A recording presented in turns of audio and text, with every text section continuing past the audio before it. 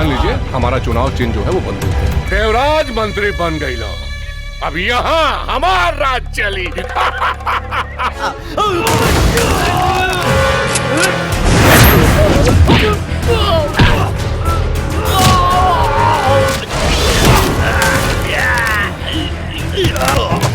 सुना दरोगा बाबू चाय न देबे, आज मनाल रविवार सजना।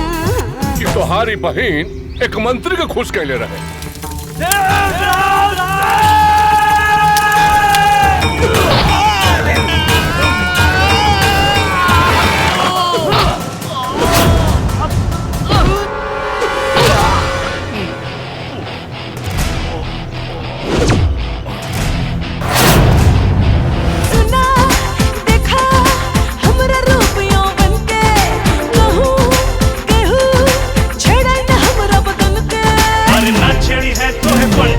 छेड़ी है तो का मुल्ला ओहिर के मुल्ला।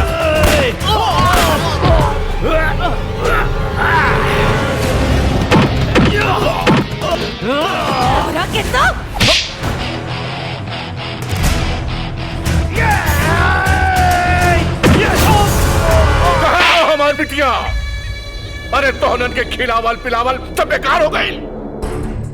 जल्दी बता, नहीं तो बंदूक का नलिया तो पिछड़वा में डाल दे। बस में बदलवा नहीं, बस में जवानिया उमड़ल बाढ़ जैसे नदिया के पनिया। हमारी जवानिया से खेल लाई पनिया, चुम के बदनिया बढ़ाए बाजलनिया। जमीन खा गई या आसमान निकल लेलस? उदाना हा जे चिड़िया चुग लेलस, ऊ ससुर हमरा के चाही।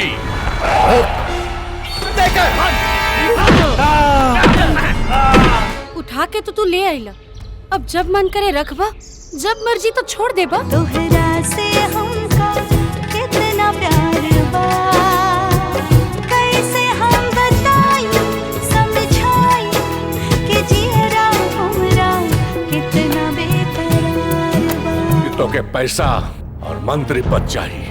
देव मार देले पलटी, दिखा देले अपन जात। जेकर दाम ओकर काम।